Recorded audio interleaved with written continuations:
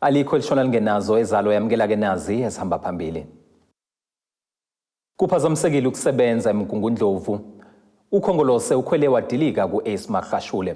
Kanti ke injabule ngesikole esisha kwaMashu. Lezi zindaba ze-1KZNTV kanti ke usifundelwa uSiyabonga wakaduma nina bezulu elidume esandlwane siyakhuleka. Umbhikisho wesikhalazo sikagesi elokishini laseMbali kwisigceme sase-BB uphazamise ukuhamba kwezimoto kanye nokulethwa kwemshanguzo emtholampilo womphakathi. Laba ke bashise amathayi baphahlaza amabhodlela emgaqweni bathi bafuna izincazelo zokuthi kungani ngempela kuthathe isikhathi eside ukuthi belungiselelwe ke isiphehli sabo sikagesi. Bathe sekuphela amasonto amathathu behlezi ngobumnyama kanti ke abanayo nemali ekuthiwa ke kumele kuba bayikhokhe. Abevuthe ngabaselwa amalungu omphakathi waseMbali eBB efuna ukuchazelwa ngenkinga yagesi njengoba behlezi ngobumnyama sekuphela amaviki amathathu. Laba bavale umgwaqo omkhulu kwaphazamiseka ukuhamba kwezimoto kule ndawo. Sifike izolo ngabo past 6 until kuze kube namhlanje and ngesiye siyendawo until ikhansela lisiphendule. Loze lifike lize lakuthina lisiphendule lencwadi leli elisendile kwabanye sisebenzi sifuna thina ugesi wamahala ngoba sihlala endlini zamahala asukhokhela ugesi. Manje nje ugesi ngendlela ekwenzeka ngakhona sisi ingane zesikoleni asayini sigeza ngamanzi abandayo ingane ezincela zicela ubisi siyatheza inkuni sekuphele kwazona inkuni ikhansela lisattend. Bathe abanayo imali okuthiwa mabayikhokhe. Sesithola incwadi esingazazi ukuthi zinegotiate kuphi ezisitshela ukuthi basikhokho 6,000 rand per house. Asinayo leyo mali. Siyabantu abantulayo abahlala kuma-RDP house esingesikwazi ukuyi-afforda leyo nto. Baveze ukuthi inzima impilo emakhaya. So simile la siwumphakathi ngisho ngaphela inyanga sizoleke simile until size sikhanyelwe emakhaya. Sikhathela ingane zethu ezihamba zingagezile, sikhathela ungayidli inyama, sesidla amathini namaklabishi. Sikhathele uma ngabe ukhansela no-Eskom bengasrecognize okungcona beze bazokhipha igxobo zabo ngoba sobashisela nolamadenja abo. Kanti ikhansela lithe kukhona abaphehla udweshu kulombhikisho. Problem esinayo la iproblem nje yabantu ababili abathanda ukubukwa yabo into futhi ebanga ukuthi bathanda ukubukwa into yokuthi bafisa ukuthi engazi ukuthi bangahlezi bese emehlweni abantu. You can recall ukuthi bobabili uLucky Shabane nomthetho omkhulu babe contest ukuthi baba makhansela. Unfortunately ngokuthi umphakathi awubethembi awangabanika that opportunity. So manje they running around like headless chicken begrabha yonke into ekhona ngoba befisa ukuthi kube ngazi ukuthi ikhona ivalue abangayi-add emphakathini yabo. Into yaka Eskom i-procedure esingeke sikwazi ukuyishintsha thina noma mina njengosipho wakandlovu. Procedure ithi yaka Eskom uma ninenkinga ye-transformer u-Eskom uyafika uzokwenza audit. If uthola ukuthi kunabantu abatemporarishile then bakhokha ama-temper fee. Ezindabeni ze-1KZNTV ngu-Ayanda Dube ngiseMbali eBB Emgungundlovu. Loyo wabe ngunobhala jikelele we-ANC u-UMAGASHULE unezinsuku eziyisikhombisa nje vo ukuba chazeleke ubupholi baleli iqembu ukuba kungane kungamele ukuba axoshwe eqenjini. Lokhu ke kudalulwe unobhala jikelele waleli iqembu ufikile Mbalula esithangamini nabezindaba nokuyilapho ethi ke isinqumo sithathwe ngemva kokuhlala kwekomiti eliqondisa izigwegwe nalapho ke uMagashule bekwe khona amacala amabili awukungaziphathi kahle kanye ke nokungahloniphi isigaba 25 esomthetho sekelo waleli qembu. Ungase uphethe kabuhlungu umlando waloyo bengunobhala jikelele we-ANC u-UMAGASHULE kulandela ukuvela kwezindaba zokuthi ke uneyinsuku eziyisikhombisa nje vo ukuba ke abhalele isigungu esilawula ukhongolose echaza ngezizathu ezingenza bangasithatha isinqumo sokumxosha eqenjini.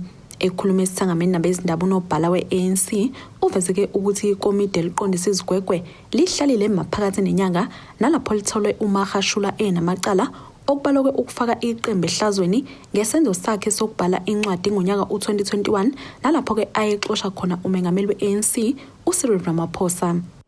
The finding The charge member is found guilty on count 1 and 2 as charged.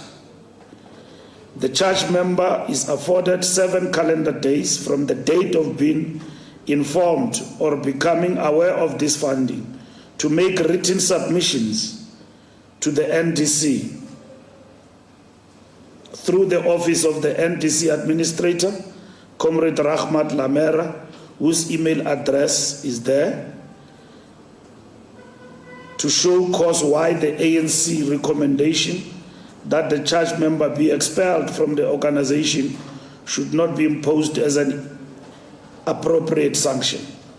This finding will be delivered to the residential address of the charge member at the address set out in paragraph 49 by member authorized by ANC or the Deputy Sheriff of Bloemfontein West. Kuzokhumuleka ukuthi uMagashule ugawulwe yizembe lomgomo waleli qembu wokuthi ke bonke ababhekene namacala kumele bashenxe ikhundleni kuze ke kuba bathola bemsulwa kanti yena ubhekene namacala enkohlakalo. Phakathi kokunye okuvele kulesi sithangami udaba lokuqondiswa kobugwego kwamalungu eParliament kuleli qembu aphula umyalelo walo ngonyaka owedlule avotela ke ukuthi kube nophenyo lweParliament ngodaba oluthinta iplazi likaMengameli wakuleli iPhalaphala. Disciplinary action against that matter also is in the works of the disciplinary hearing for those members. So one way or the other, they'll have to appear before the DC and explain themselves, and the DC will make a determination whether what they are saying is true or not. But there will be no holy cows. So disciplinary action will be taken, will be executed, and we have had to deal with DC and its challenges. It's only now that disciplinary committee has come back to action. Isigungu esilawula ukusebenza kaKhongolose sesamkhankasweni okuhambela zonke izifundazwe ngenhloso yokubhekana nezinkinga ezikhona ebese ke beqhamuka nezisombululo njengoba ibhange ngodlala kuleli lisanda kukhuphula inzalo yemali imboleko. Umbalula uthe basazohlala phansi babhunge kabanzi ngalokhu njengoba besiqonda isimo sabantu bakuleli kanti uphinde waphawula ngamalungu alombutho asola ke ngokufuna intshontsho kumvikelo womphakathi ngesinqumo sokumiswa kwakhe uBusisiwe Mkhwebane. The head of government business, which is Deputy President Mashatile, I've spoken to him to process the matter in terms of Parliament and get all the facts about it. Obviously, if there's anybody implicated there, they will have to subject themselves to the Integrity Commission. But even before, they must explain themselves to me as the Secretary General. Did they solicit bribes or anything of the sort that is reported? Ezindabeni zwa-KZNTV, Kuphazamisekile, eThekwini. Ungqongqoshe womnyango wezokuhlaliswa kwabantu nemisebenzi yomphakathi uSipho Nkosi usenxuse amalungu omphakathi wakwaMashu ngokuthi aqhubeke nokuvikela isakhiwo esisha sesikole iJG Zuma Secondary School esizinze eNanda kwaBest kwamanje njengoba ke sesizothuthelwa ke esigcemeni sakwa kwaMashu. Lesikole saqala ukuba khona ngonyaka u2003 kodwa ke ngenkinga yokukhula kwesibalo sabafundi kanye nezinye izinselelo uhulumeni ke wathatha isinqumo sokwakha ke kabusha okudle uhulumeni imali elinganiselwa ku71 million rand.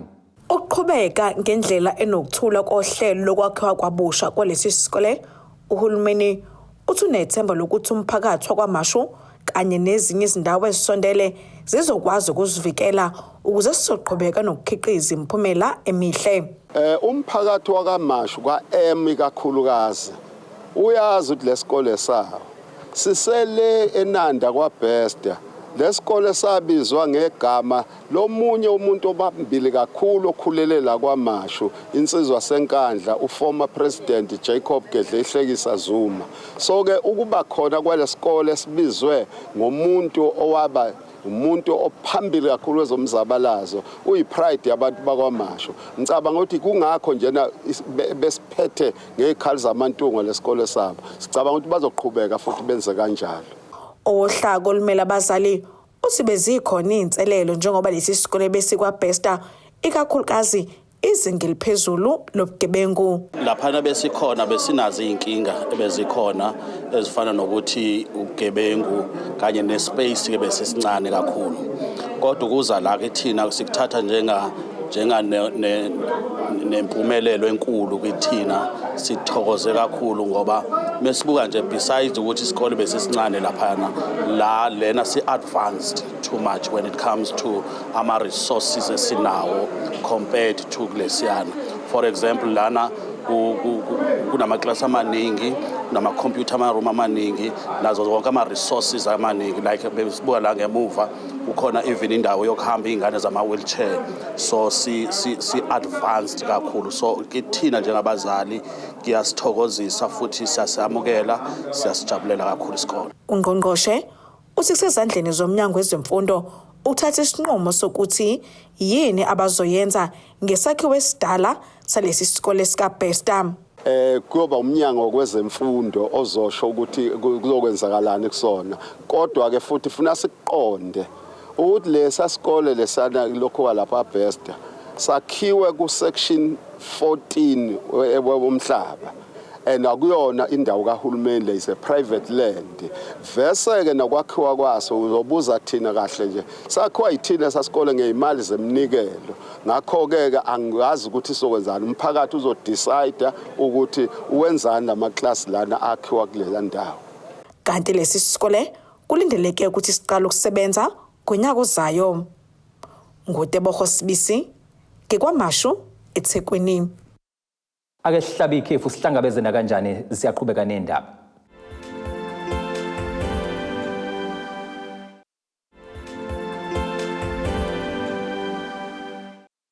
Asikubingelele siphinde sikwamukele ke uma ngabe usanda kubukela izindaba zethu, nazi izihloko zezindaba ezihamba phambili namhlanje. Kuphazamisekile ukusebenza Emgungundlovu. Ukhongolose ukhwele wadilika ku-UMAGASHULE. Kanti ke injabule ngesikole esisha kwaMashu. Ingaphezulu kwezigidi ezingama500 imali ebekelwe ukuthuthukisa izingqalasizinda ikakhulukazi yamanzi kumasipala wesifunda eKingcetshwayo. Lokhu ke kuvezwe yimeya yalo masipala uThamintuli ngekathi ke ethula isabelo mali sonyaka wezimali kanyaka u2023-2024. uNtuli uthi babeke eqhulwini ukuhlinzeka umphakathi ngamanzi njengoba kuyiwona inselelo enkulu kulesi sifunda nokuyisona ke sizathu esenza ukuthi ke kufakwe izigidi ohlelweni lamanzi. Imeya yomasipala wesifunda eKingcetshwayo uThamintuli ibeke eqhulwini ukuphakwa kwamanzi kwisabelo mali esethulwe lo masipala. Imeya ithi kuzoqalwa izinhlelo ezintsha zamanzi ezizodla imali engaphezulu kwezigidi ezingama500 zamarandi. When we talk about more than 500 million, we are talking about introducing new projects that will extend the current reticulation, even have the provision of the reservoirs where water will be collected before they are distributed to the communities. It deals with major projects wherein we will be ensuring that we extend the footprint as Kingcetshwayo. So we've set aside a budget of more than 500 million for that, to be specific. Kanti ke kokuphinde kwaqapheleka kwinkulumo yemeya ukuvuselela kwengqalasizinda emoshekile okuzodla imali elinganisela ku145 million wamarandi. uNtuli uthi ke lokhu kuhloswe ngakho ukuqinisekisa ukuthi zonke izakhamizi zaseKingcetshwayo ziyawathola amanzi. For 145 million, that is where we want to say the issue of repairs, when repairs and maintenance will be addressed expeditiously, and the issue of all other related services which are towards ensuring that people of this district are getting water. Because to me as a councillor, what's the priority is when a citizen opens the tap and out of that tap in water comes out. Kanti ke ubeseveza nokuthi nakuba kusekhona ukusilela emuva ekhanjisweni kwamanzi, kepha usishaya isifuba ngomsebenzi asebewenzile selokhu bethathe izintambo kulo masipala. Well, the backlog in terms of the provision of water is quite huge. Yes. Since you understand that you have been here for a year, But I'm confident that in 1 year, as King Cetshwayo, we have been able to assist thousands and thousands of people in King Cetshwayo to have access to clean water, who have been historically been disadvantaged for the reasons I've cited, where there was no infrastructure, collapsed infrastructure. Some even today are receiving water through potable water tankers, which we are saying in this budget, we want to reduce typical areas. Ezindabeni ze-1KZNTV kube kumqondisi Miyeni eRichards Bay. Amakhansela amaqembu aphikisayo kumasipala iTheku athi-ke afuna kufakelwe izibuko ukusebenza kaSomlomo kamasipala iTheku kulandela ukuthi-ke awasamethembi ngoba wehlulekile ukusingatha udaba lukakhansela wakwade 101 uMzimu Ningiba obeseke ehlale isikhathi eside nesingaphezu kwanyaka esejele ngezinhlolo zokubulala uSiyabonga Mkhize nowayizoba ikhansela ngonyaka u2021.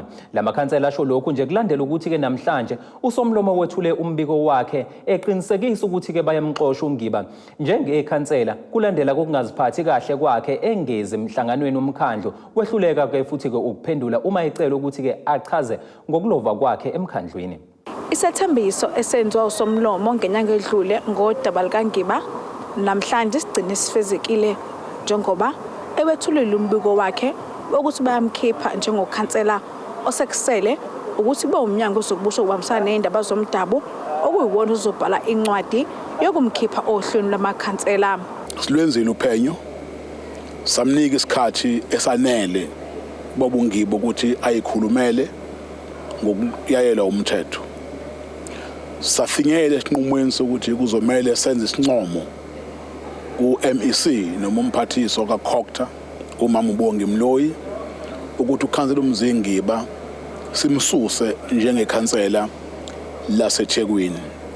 Umthetho osigayidayo iStructures Act uSchedule 7 okhuluma ngeCode of Conduct, ukhuluma nangebridge, ubusuchaza ukuthi kwenziwa kanjani uma ikhansela litholakala li-in conflict with the law.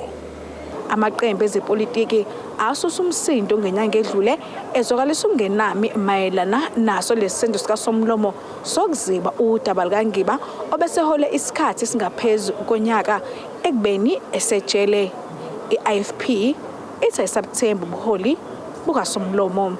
Okubalulekile ukuthi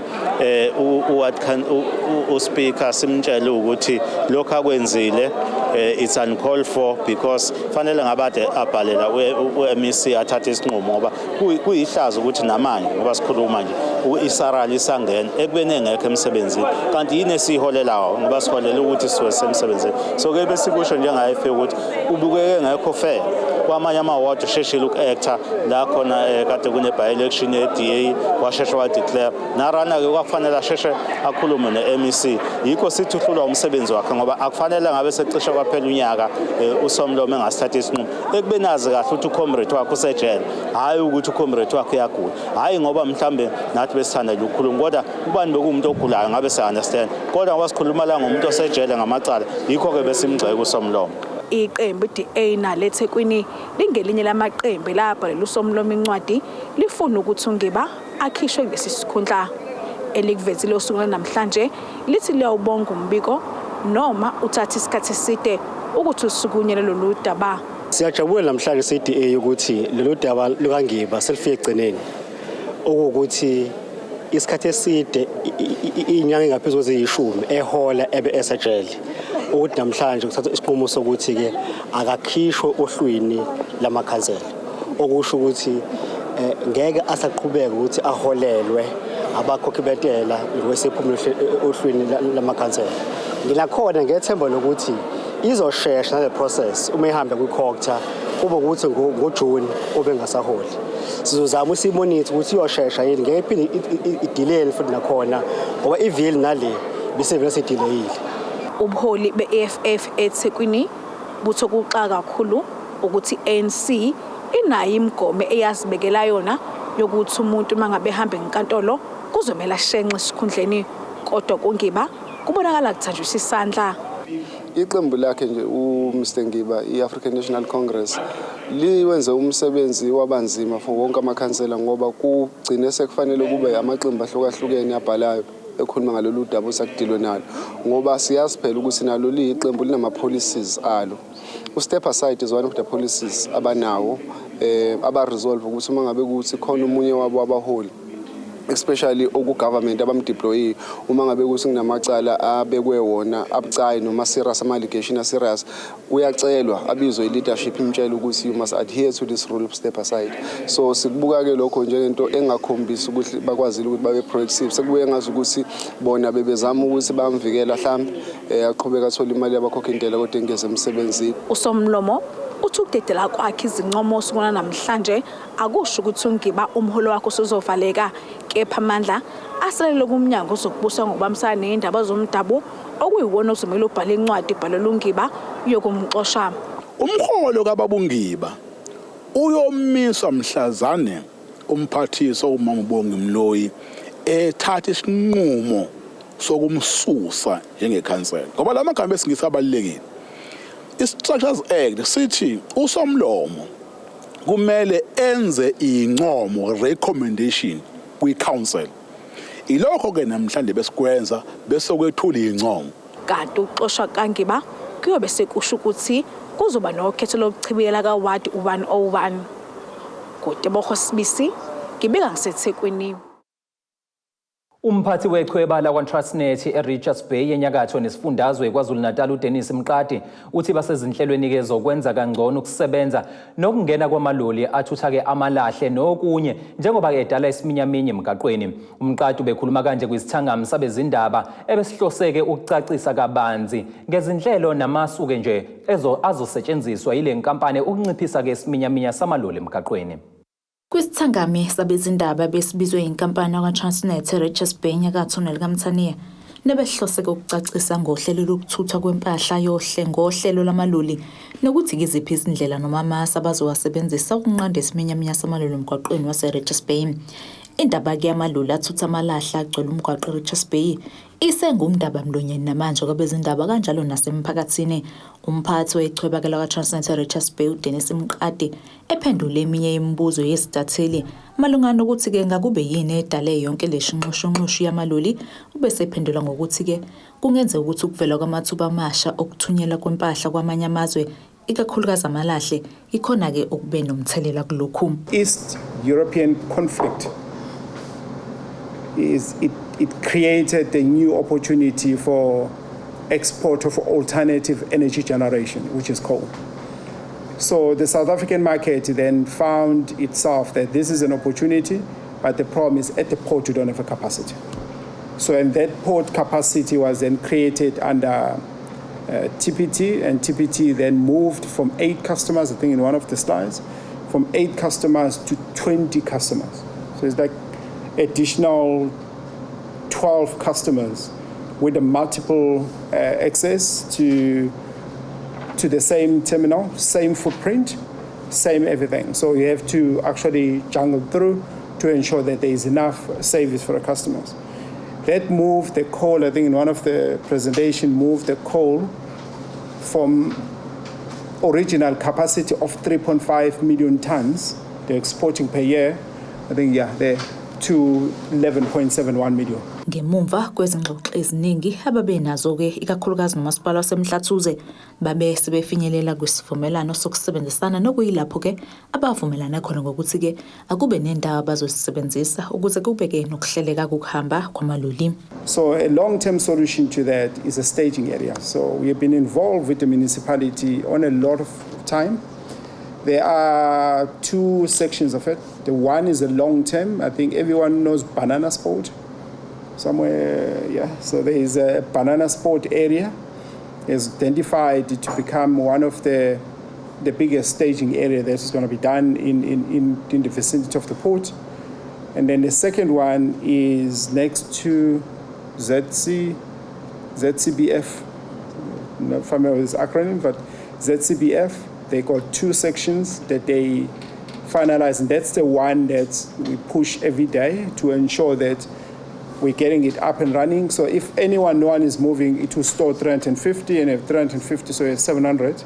But if the movement continues, it will then create that management. Umqadi uphinde wakuveza ukuthi ke enye izindlela abaqhamuke naye abazoyisebenzisa ukuthi ke babe nohlelo lokubhaliswa ngaphambi kokuthi ke iloli lize ukuzolanda noma lithulule impahla. Lolu hlelo ke balibiza ngokuthi ke booking system okuyilona ke elizolawula ukungena kwamaloli.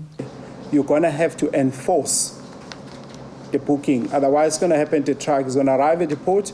Thank you very much. You are not booked. Go back. So who's willing to go back with the same load back to the mine? So now the miners are starting to appear on the booking system, including all the people that are coming through. Ukusebenza.KZNTV ngengusamukeliso Ngqulunga ngiseRichards Bay. Ake siphinde sihlabe ikhefu, izindaba ziphelile, siyaqhubeka emva kwekhefu.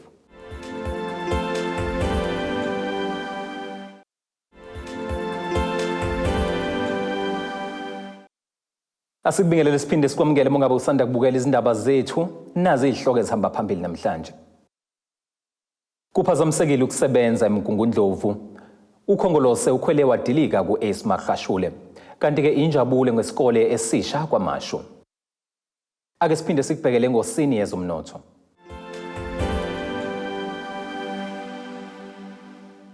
Irandi lakuleli li u-19.83 maliqhathaniswa nedola laseMelika, libe u-24.52 maliqhathaniswa nopondo waseBrithani, libe u-21.15 maliqhathaniswe ne-euro lase-Europe.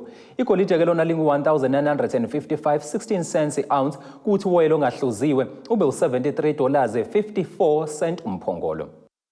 Ake sikubhekele ngosini yezemidlalo.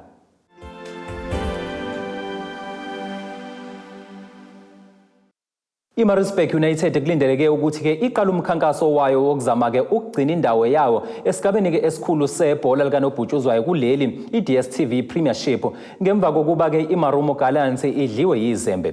Team of choice izotholana phezulu neCedric Stars FC emidlalweni ke wama-playoffs, nokulindeleke ukuthi ke abalandeli bephume ngobuningi babo ukuzobuka ke lo mdlalo. Lo mdlalo ke uzoqala ligamenxe ihora lesikhombisa namuhla kusihlwa eHerigwala Stadium Emgungundlovu. Ake sikubhekele nasi isimo sezulu esingalindeleka.